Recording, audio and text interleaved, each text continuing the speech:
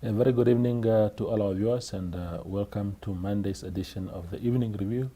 My name is Dewan Jabala, your host. Tonight in studio we are joined by Ruprecht von François. He is a great grandson of Curt von François, whose statue stands in front of the City of Windhoek. And as we know by now, on Thursday last week, the Windhoek City Council voted in favor of removing the statue, and Ruprecht here was quoted in the newspapers this morning actually opposing that idea. Uncle, welcome to the show. Thank you for making time. Thank you very much. Yeah, wonderful. Tell me, the Namibian newspaper quotes you saying that Curt von François did a lot for this country. If you can give us a bit of background in that regard. To start with, actually, as my great grandfather came into Southwest Africa, Deutsch Southwest Africa, yeah, it was like that he came with 21 soldiers. Yeah. On the 18th of October 1890 in Walvis Bay. And he was actually born in October, 2nd of October 1852 in Luxembourg. Because Luxembourg was those days a part of Germany. Yeah. That's the reason why they said afterwards that he was actually born in Germany. Yeah, yeah. And since his family was called up to save them to stay alive, they left France and the southern part of France actually, and came to Germany because the Kaiser called them to go into the Prussian troops. And because the von François, so the whole of the Huguenots, were actually, they were blessed because you've got good soldiers, you've got good agrarmen, which were making farm, everything in the farms. Yeah. And the whole world was actually looking for the Huguenots. That's why they also came to South Africa. And the knowledge of wine is in Franschhoek, for instance, is based on the knowledge of the Huguenots. And after they have taken in Paris in 1870, till the surname was de François. And the Germans, because his father died also in that war, they take them to Germany, to Berlin, and that's where the family von François was staying, as well as in Luxembourg. Yeah. In the interest of time, maybe Uncle, in Windhoek, so on what mission did he come to Windhoek and then or to Namibia rather, and what did he do that you think warrants the kind of recognition that you are demanding? Yes. In Botswana land those days. Yeah. Botswana land was a protectorate of England. Yeah. And I've got also books and papers about that. And he came in the same function from Germany to Southwest Africa those days, so that he was actually equipped as a man who could make the plans for the countries, the infrastructure, to start with the infrastructure, the roads which we've got today and everything. Yeah. And by the way, was he the guy who found out what type of minerals are in this country, which most people don't know. Yeah. And his function was actually not to colonize the people, but the people bring the people to a level where they could see how they can have survive from themselves and the education and religion. But then, you know, there are people who are saying, for example, that there's a petition going on, picking up signatures by activists who are saying that the founder of Windhoek is actually Jan Jonker Afrikaner. What is your reaction to that? No ways. Yeah. No ways. Because when Curt von François has not designed and built the altar feast, and the Namas as well as the Damaras was German allies. They fought with the Germans together, shoulder on shoulder, with the German Schutztruppe actually in their uniforms. Yeah. And when you take the Damara nation and the Nama nation, when you talk about brass bands, you've got it in these two nations because they were trained by the Germans. Yeah. Horse riding, fighting, all this stuff. And Jan Jonker Afrikaner sent 1904 10 of his best snipers as it was in the war against the Herreros. Yeah. And then when the Germans said the enemy has been defeated, we must pull us back now. And the Damaras and the Namas said, no, we are not going to do that. And that's how they chased Maharero over the border to Botswana. Yeah. And what I'm talking now is history. But that history, Uncle, is it? You see, the debate right now is that the German imperial government sent its soldiers and commanders and people like your great grandfather here, and that chapter is a dark chapter in the history of our country. We can't remove one person and say, oh, this particular one was a saint, even if the system itself was brutal.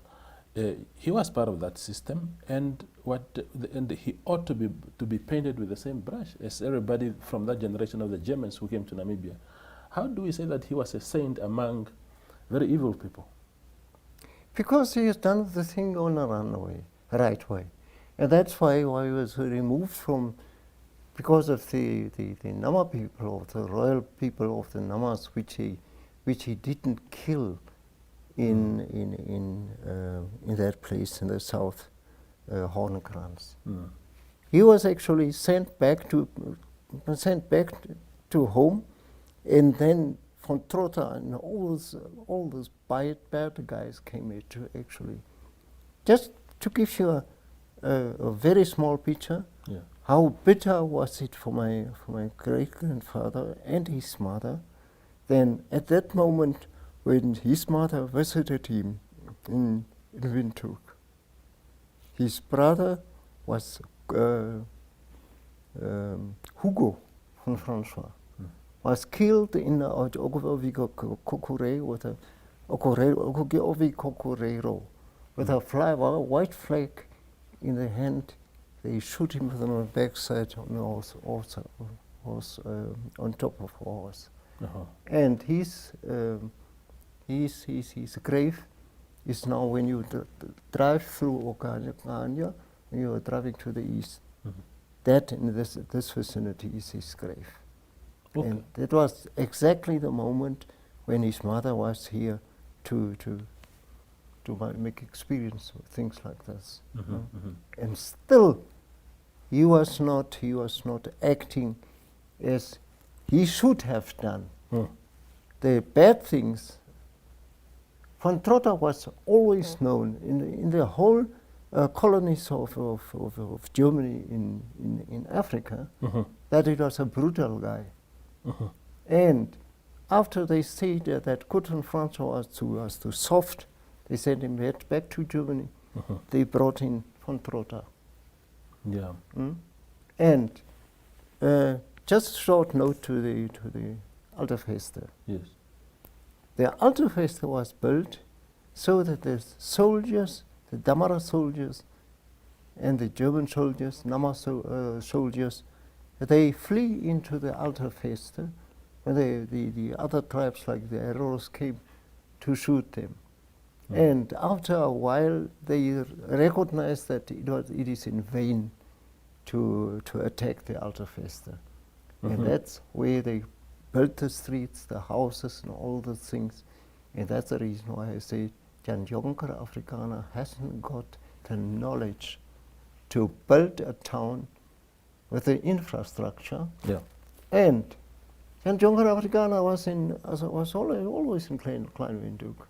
Yeah. He was at the place of at the house of a missionary, and he was demanding the missionary, why didn't you tell me that we haven't got no meat, that I could have slaughtered a cow and things like that, no? And that is actually what is going on. Yeah. And so it's just a short history to the Namas. Yeah. Yeah. You've got the history of the Namas, the Orlams, which were working in the houses of the Netherlands, Holland's people. There they learned to ride horse, shoot rifle, to cook in the kitchen and all these things. And they were actually a valuable asset for the rest of the Nama nations, so that they could do, because they could do things which were very important for them. Yeah. The fact of the matter is that your great-grandfather led the German troops to Hoornkrans, Yes. where 80 people, the Namas, Yes. were killed. Men, women, children and babies were killed in that attack.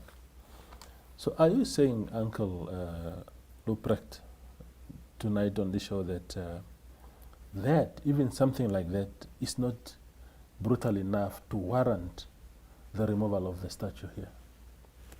80 people, indigenous people, killed just like that. Yes, I know. But on the other side, it is like that when there is war somewhere, you see it now in Russia, in Ukraine, what's going on there. Yeah. And it is not, when you compare Russia and Ukraine, the brutally scenes which happened there, Yeah. they are actually more than this. And you must bear in mind, this man didn't say to the German government, send me a German wife so that I can marry him. He was here to stay. He wanted to stay in this country. That's the reason why he married Amalia Carisses of the Carisses in the Transepts royal house. And that's the difference between them. Yeah. We go for a quick break and return for second half.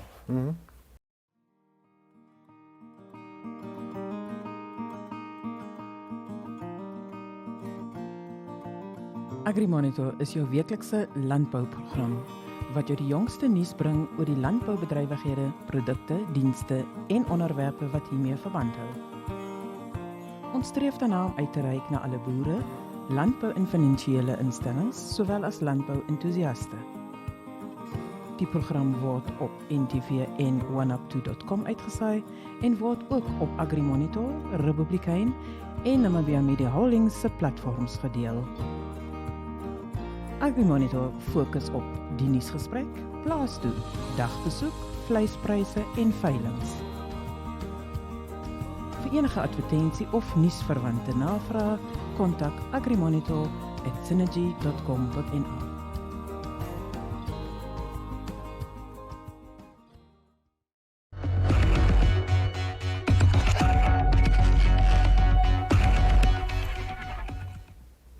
We continue our conversation on the show. Again, I want to put that question to you. I know that I sort of rushed you because we were going for a break, but You're saying that your great-grandfather married Amalia Clarices. Yes, but it doesn't change the fact that he led those troops to kill people there in Honkrans. Are we supposed to say, oh, the lives of those people did not matter so much, and therefore the statue can still remain here, the show of power? I mean, nothing can erase that part. No, of course not. But this thing of a power. My great-grandfather was a man which was very soft, just like my father, like me. And that's the reason why I'll say he is not representing the German colonial power. It is with his statue. No, he was not in favor of it. I know the people who designed the statue and everything, and he didn't want it like that. I know these people personally, and that's the reason why I said that. He said, for instance, when it must be, then make a statue, but I don't want to be called in the coming generations a killer. Yeah. That's what he said. What are your views on those that are saying, because there are those who say that any statues of German colonial past in Namibia must be demolished completely, and then there are those who say that let's move them inside the museum. What are your thoughts on moving statues like that in the museum, inside the museum? Because of the demand of the tourism, Yeah. to see this man. And this man is also a personality. He has written a lot of books afterwards, and he dealt with these things. He didn't go and just shoot people, the Namas in the south. He was always in contact with the letters and everything, even as he was in Germany with Janjonker Afrikaner. And that's the reason that I say he was a human being. But when you are a human being, and these things came to you as a soldier. He was a soldier, he was a human being, he was a cartograph, he was a guy who made the drawings for the Congo Delta, for Leopold, the king of Belgium. And in that case, he made it so good that the new satellite cards, there's just a 50 centimeter difference between which he has made with the Congo Delta. Yeah. As was it, and he's got also a lot of money from the king of Belgium. Yeah. Uh-huh. Yeah. And so what are your general thoughts of the German colonial past in Namibia? You can remove your great-grandfather for a minute. What do you think of the general occupation of Germany's occupation of Namibia? I said it before, it should have been Schutztruppe. That word means it's a troop which is actually looking after the people and not to kill them and everything. Yeah. And just like in Botswana, I take always this comparison, because what they did in Botswana was actually the same here. It was protective army, was here to develop the country on the one side, and as the other brutal things came up from the other nations, as the Namas and the Hereros, and he was always in contact in word as well as he talked to the people. He goes alone to the people and talked to them. And when you would have the possibility to get a copy from this book, which I brought, he don't shoot anybody in Togo. He was 1 year there, and at the end of the year, it came out that the Portuguese people, the Spain people from the people from England, that they've called, they were so brutal in this African countries. And I've got a book, it's thick like this. Yeah. It is Struggle for Africa. The Struggle for Africa. There's a story that we published in the Namibian Sun today, in which the councillor representing the Independent Patriots for Change, IPC, at the City of Windhoek, this is Bernardus Arab, is saying that, just like you, he's saying, let's not remove the statue. For you, your reasoning for not removing the statue is different. It's because you think that this man was a hero of some sort for Windhoek.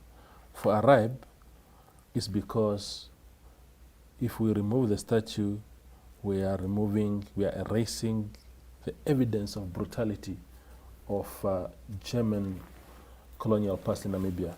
What are your thoughts on his take? His reason why it shouldn't be removed is not the same as yours. For him, is because if you remove it, you are removing the evidence of German brutality. The so-called German brutality came afterwards now, after Curt von François, with von Trotha and these guys, which were already known in Cameroon and all these countries who were German colonial countries. And that's the reason why what I would like to tell, because they brutally on his to put a brutal picture of this person is a big mistake. Yeah. And when you don't know the history, like Arab, for instance, then you are doing things like that. Yeah. Do you think, Uncle, that is it your conclusion, is it your assertion that the German occupation of Namibia, because you seem to paint a picture that brutalities and everything else, that the rape and the dispossession of black people of their land by Germany only came after your great-grandfather had already gone back to Germany. Are you saying that prior to this period, the Germans were in Namibia for good intentions? Were they not just here really to loot our country? No, they were for good intentions here. And when I say that, then I take the music, for instance. The riding of horses, planting, what do you call it, do things in the agriculture, the doctors, the schools, and everything was actually not bad. No? And my grandmother was speaking fluently, just like me, German. And the fact is, I was for 20 years in Germany. And I haven't experienced apartheid thing like in Namibia before I go to Germany, in Germany. In Germany, it is actually like this, that what you are bringing, your brain power, is more important. And at that moment, when you speak the language like the Germans, they don't see you like an African also.